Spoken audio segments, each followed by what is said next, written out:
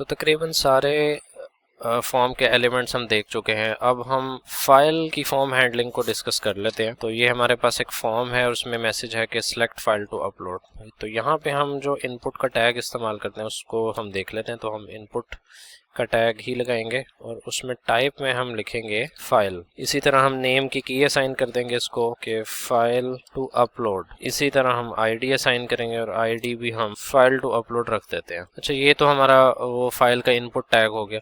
अब फॉर्म के टैग के अंदर हमने एक तीसरी चीज इंक्लूड करनी होती है एक्सटर्नल मेथड के अलावा, जो कि होती है फॉर्म की इंक्रिप्शन टाइप। हम लिखेंगे enc type equal to multipart slash form dash data. यानी हमारा जो फॉर्म है उसके अंदर मल्टीपल टाइप्स का डाटा जो है वो आ सकता है, उसमें फाइल्स हो सकती हैं, उसमें इनपुट भी हो सकती है। तो इसको अब हम सेव कर देंगे।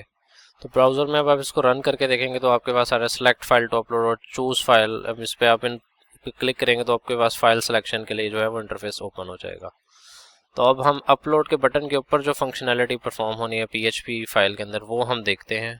तो यहाँ पे हमारा जो सबमिशन चेक है वो है और उसमें हम एक इजाफा करते हैं कंडीशन का with the help of and operator के क्या हमारा जो डाटा का रिक्वेस्ट मेथड है वो पोस्ट है, और इसके साथ हमने कंडीशन लगाई है कि क्या इसमें फाइल आ रही है या नहीं आ रही। तो हमने फाइल्स का सुपर ग्लोबल इस्तेमाल किया है और उसके अंदर हमने की पास कर दी है फाइल टू अपलोड। तो जो भी फाइल होगी वो इस फाइल्स के सुपर ग्लोबल के अंदर आ जाएगी। तो अब हम क्या करते होते हैं कि यहाँ पे हम एक वेरिएबल क्रिएट कर लेते हैं जिसको हम कोई भी नाम दे सकते हैं।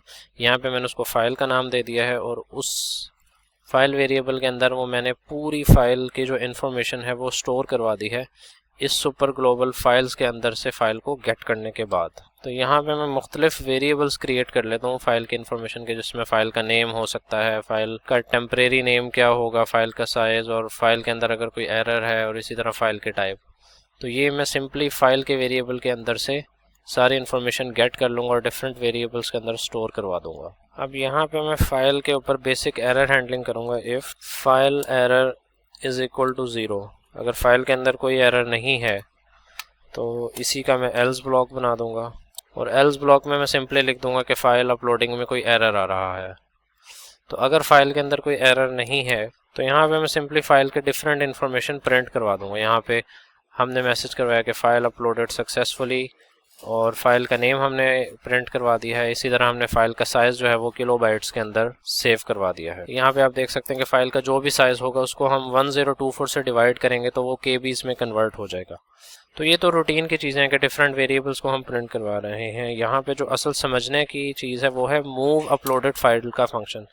जब भी आपकी फ़ाइल रिसीव होती है फॉर्म के थ्रू तो यहाँ पे आप सर्वर की जो स्क्रिप्टिंग फाइल है उसमें एक फंक्शन यूज़ करते हैं मूव अपलोडेड फाइल, जो आपकी फ़ाइल को सर्वर के अंदर किसी भी डायरेक्टरी में मूव करवा देता है। तो इसके अंदर हम डिफरेंट पैरामीटर्स पास करते हैं। तो यहाँ पे हम फाइल का टेम्परेरी नेम प्रोवाइड करते हैं और उसके बाद हम डायरेक्टरी मेंशन करते हैं। लेट्स सपोज के हमारे पास एक अपलोड्स की डायरेक्टरी है, उसके अंदर हम इस फाइल को स्टोर करवाना चाह रहे हैं। डायरेक्टरी के साथ हम लगा देते हैं फाइल का नेम, यानी फाइल का नेम हम कंकैटिनेट कर देंगे। तो जब भी सर्वर पे आपकी फ़ाइल अपलोड होती है तो उसको पहले अपलोड करने से पहले एक टेम्परेरी नाम असाइन किया जाता है, तो वो हमने मेंशन कर दिया।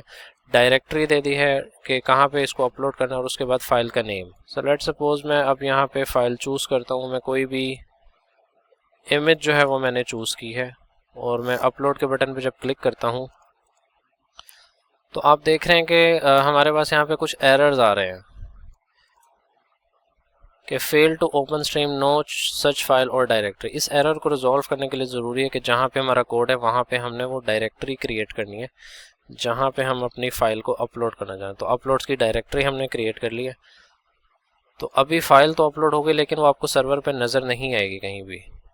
तो अब हम अपने कोड को दोबारा रन करते हैं और अब जब मैं फ़ाइल चूज़ करता हूँ और इसको अपलोड के बटन पे क्लिक करता हूँ तो आप देख सकते हैं कि कोई एरर नहीं आया। फ़ाइल का साइज़ भी आ गया है, नेम भी, और फाइल अपलोडेड सक्सेसफुली।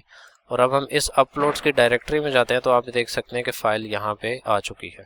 तो इस तरह से हम फाइल्स को फॉर्म के थ्रू सबमिट करते हैं और उसको सर्वर के ऊपर अपलोड करते हैं।